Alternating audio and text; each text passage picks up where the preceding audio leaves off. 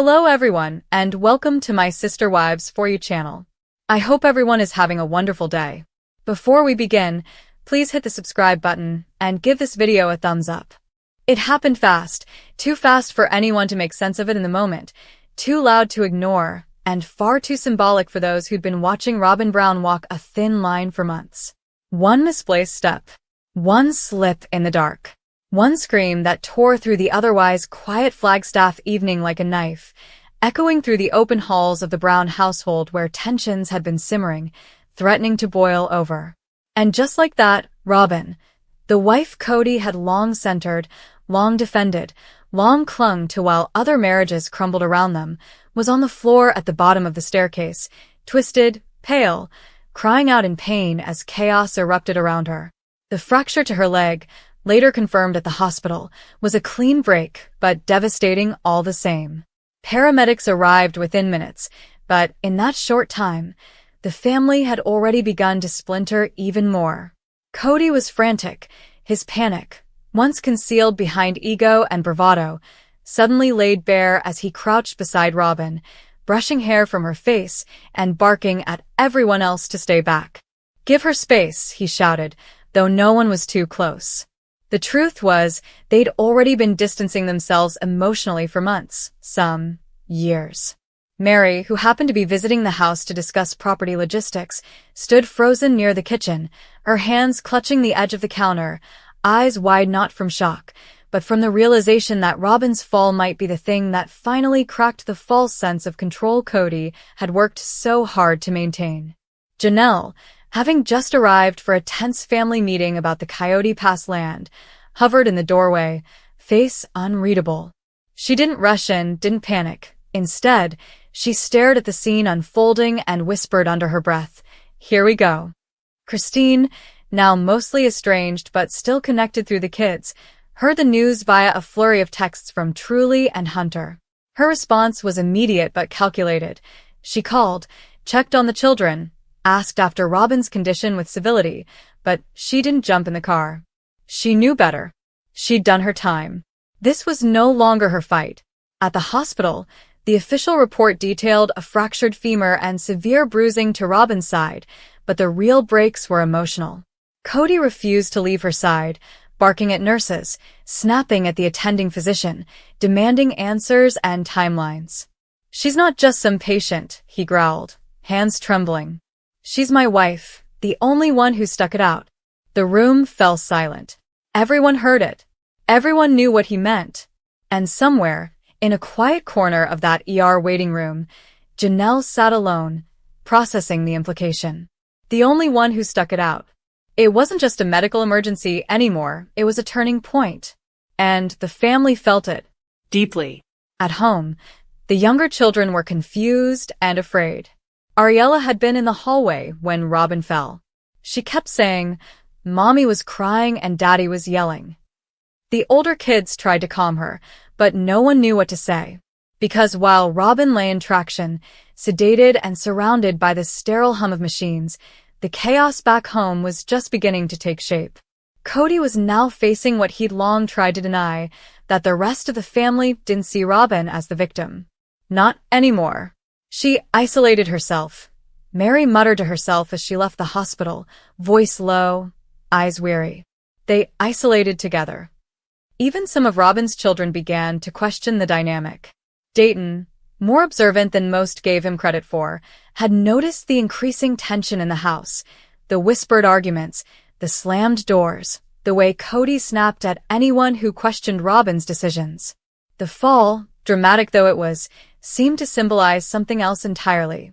A collapse not just of bone, but of illusion. Cody insisted she stay at home to recover, but the logistics were a nightmare. A hospital bed was wheeled into the center of their once pristine living room. Oxygen tanks, ice machines, round-the-clock nursing staff. The home became a clinic overnight. And still, Cody micromanaged everything. "She needs rest," he told Janelle when she offered to help. "She needs me." But Robyn, sedated and aching, had her own moments of clarity. Late one night, after the pain meds wore off and Cody had fallen asleep in a chair beside her, she stared at the ceiling and whispered, "What have I become?" The question wasn't about physical frailty. It was about the weight of everything she'd carried, willingly or not. The decisions made in her name. The favoritism that never asked for but came anyway. The women she was pitted against. And the life that now felt like a cage. When the family gathered days later to discuss Robyn's care plan, the atmosphere was clinical. Steely. There were no tears, no hugs. Just paperwork and timelines. Mary signed nothing. Janelle pushed back on Cody's requests for financial help. Christine joined by Zoom, but barely spoke. And when Robyn, still unable to walk, tried to offer gratitude, there was a silence so heavy, it became clear. The fall had changed everything. Not just for her, but for them all. It was no longer about who loved who married who shared space or land. It was about survival. Emotional, physical, spiritual. And for the first time, perhaps ever, Cody Brown looked truly lost. Because the woman he'd prioritized above all others was now broken, not just in body, but in spirit. And the others? They weren't coming back. Not this time. Finally, Robyn is hospitalized after falling down the stairs. Broken leg confirmed. Family in chaos. In a shocking turn of events that no one in the Brown family could have predicted, even after years of drama, shifting alliances, emotional estrangement, and heartbreaking exits, Robyn Brown, the most controversial and polarizing wife of Cody Brown, was rushed to the hospital after a terrifying accident in the Flagstaff home she once hoped would be her sanctuary. According to multiple insider reports and whispers across fan forums and social media sleuths, Robyn fell down a flight of stairs late at night while attempting to retrieve something from the lower floor. What followed was nothing short of chaos, heartbreak, and a stunning reflection of how fragile the current state of the Brown family truly is. With a confirmed broken leg and swelling around the ankle and hip, Robyn's injury was not only physical, it symbolized a deeper unraveling of a family teetering on the edge. Emergency services arrived at the scene after one of Robyn's children reportedly called 911 in a panic, describing their mother as screaming in pain and unable to move. Cody, who was allegedly upstairs at the time, appeared frantic and disoriented when first responders arrived.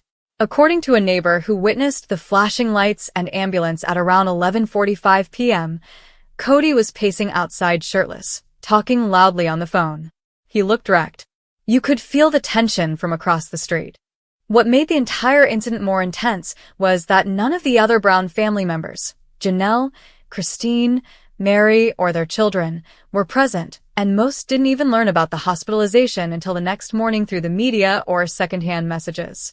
Cody accompanied Robyn to the hospital, where she was immediately admitted for emergency treatment and x-rays. The medical team later confirmed a broken tibia and a potential hairline fracture near her hip. Robyn was kept overnight for observation due to the shock and severity of the injury. However, what should have been a moment of unity and concern among the Browns instead exploded into another dramatic chapter, because while Robyn lay in pain, not a single one of the adult children reportedly came to visit.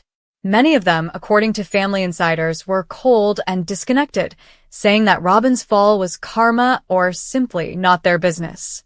Gabriel and Gwendolyn, who have spoken out before about Robyn being the favorite and the reason for the family's collapse, were allegedly dismissive when informed of her condition. One source close to the family claimed, Gwendolyn said something like, "Well, maybe now she knows what it feels like to fall." As harsh as that may seem, it speaks volumes about the fractured relationships and deep resentment that's been festering since the family first splintered during the pandemic. Janelle, who's been living apart from Cody and prioritizing her own health and independence, reportedly texted Cody after hearing the news, saying, "I hope she recovers quickly. Let me know if the kids need anything." But fans noted her Instagram the next morning showed her on a morning hike in Sedona, smiling with friends, a post some interpreted as symbolic detachment from the family turmoil. Mary, meanwhile, stayed silent. Some speculated that she may have tried to reach out privately, but there was no public acknowledgement of the fall. In contrast, Christine and her husband David Woolley, who have been living their best life in Utah with business ventures and adorable couple content, chose not to comment at all. Christine, who spent over 2 decades trying to share Cody with Robyn, has made it clear she's focused on her own healing, and many saw her silence as a boundary, not neglect. Robyn's injury threw Cody into an emotional spiral. He reportedly snapped at medical staff, grew paranoid about visitors, and was seen breaking down in the hospital hallway after overhearing a nurse say, "She's lucky it wasn't worse at her age." For a man who's watched 3 of his marriages collapse and his influence over his children vanish, this incident with Robyn, his last wife standing, has shaken his confidence and reawakened fears about the fragility of everything he's tried to build. Fans and followers of Sister Wives have speculated for years that Robyn was both Cody's favorite and the wedge that shattered the original family dynamic. Whether you believe she masterminded her way into Cody's affections or simply benefited from his unraveling grip on plural marriage, there's no denying that her injury has revealed just how isolated she and Cody have become. Back at home, the fallout is evident. Robyn's children have had to adjust rapidly to a new rhythm, one where their mom can't cook, clean, or drive them to school. Cody has been trying to manage it all, but sources close to the family say he's exhausted and burning out fast. Without the support of the larger Brown clan, he's facing the raw reality of being a full-time caretaker and single-family patriarch, something he never envisioned when he championed plural marriage for decades. To make matters worse, Robyn's online boutique has been paused, and insiders say she's struggling emotionally with the humiliation of the fall and the isolation that followed. She reportedly told a friend over the phone, "I never thought they'd all abandon us like this." Her voice, described as choked with tears, reveals that despite her previous appearances of control and loyalty, Robyn is beginning to feel the very loneliness she once seemed immune to. Some fans have expressed sympathy, noting that no matter how disliked a person might be in the public eye, suffering an injury and being isolated from family is a tragic situation. Others, however, remain unmoved. On Reddit, one commenter wrote, "She pushed the other wives out for years. Now she's crying because no one's rushing to her bedside. Actions have consequences." Still, there's no denying this incident is a wake-up call for the Brown family. Whether it sparks healing or deepens existing wounds remains to be seen. TLC has remained silent on whether the fall and aftermath will be included in the next season, but if cameras were rolling, and fans suspect they were, viewers can expect one of the most emotional and polarizing episodes in Sister Wives history. One thing is certain, Robyn's fall has done more than break a leg. It's shattered whatever illusion remained that the Browns are still a united family. In the silence of the hospital room, with only Cody by her side, Robyn may finally be realizing what Christine, Janelle, and Mary have come to terms with. The dream of plural unity is long gone. Now, the only thing left is survival and healing in every possible sense of the word.